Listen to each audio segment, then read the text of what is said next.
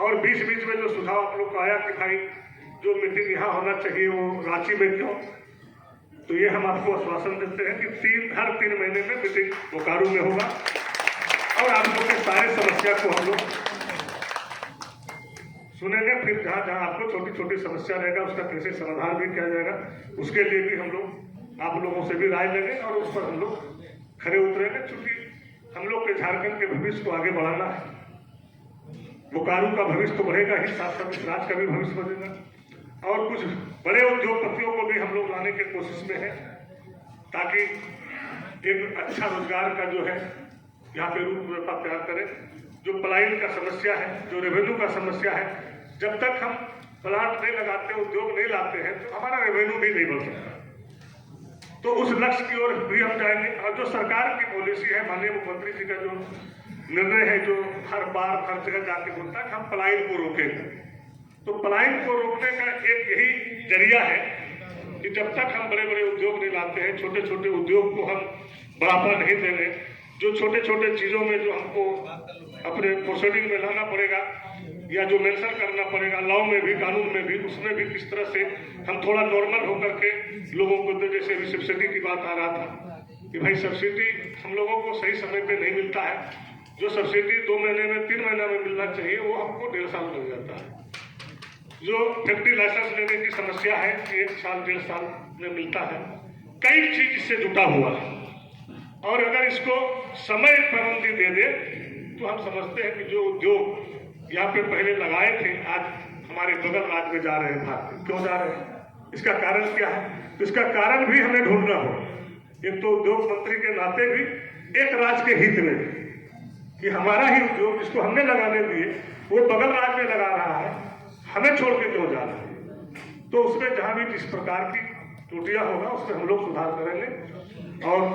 कानून में भी अगर कुछ इधर उधर करना पड़ेगा तो माननीय मुख्यमंत्री जी से बात करके लॉ में भी देखना पड़ेगा। हम लोग को लॉ में कहीं किसी प्रकार की अड़चन ना आवे ताकि हमको किसी समस्या में नहीं जाना पड़े और उसका सही तरीके से कैसे निदान हो जाए उसके प्रति हम लोग गंभीर हैं। और आप लोगों का जो आज काफी सुझाव है, कई भाइयों ने बुजुर्गों ने हमारे सुझाव दिए हैं और बड़ी अच्छा सुझाव दिए हैं, इसमें कहीं दो मत नहीं है, इससे हम सहमति भी हैं और निश्चित रूप से हम इस पर खड़े उतरेंगे और आप लोग की समस्या के साथ हम हैं। और जहां भी आप लोगों को किसी प्रकार की और कोई कठिनाई हो, बेहिचक किसी की पैरवी की जरूरत नहीं है,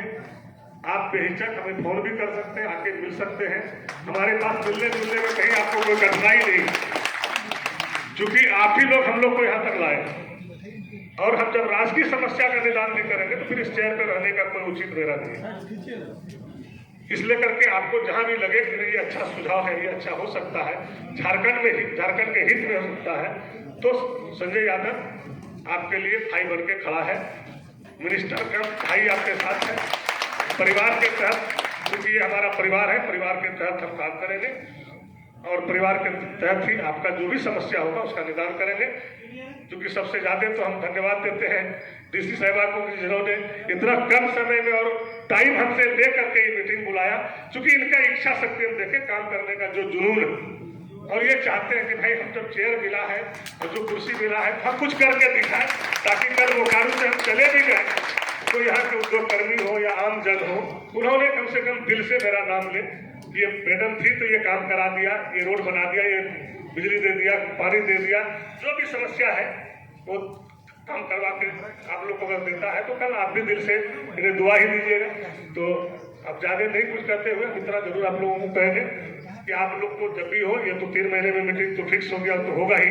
लेकिन और जो भी समस्या होगी सारे चीजों को हम लोगों ने पढ़ेंगे, अब बढ़ के और सारे चीजों को हम देखेंगे, सेक्रेटरी के साथ भी बैठेंगे, फिर माननीय मुख्यमंत्री जी से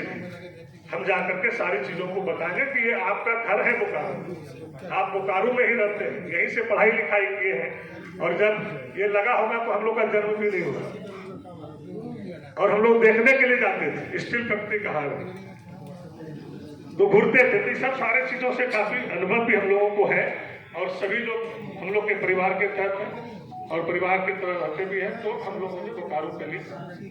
और इस राज्य के लिए, चाहे टाटा हो, बोकारो हो, और जो चीज जो हमें सुनने में आया कि यहाँ का चीज उठा करके कोई गड़वा ले जाना चाहता है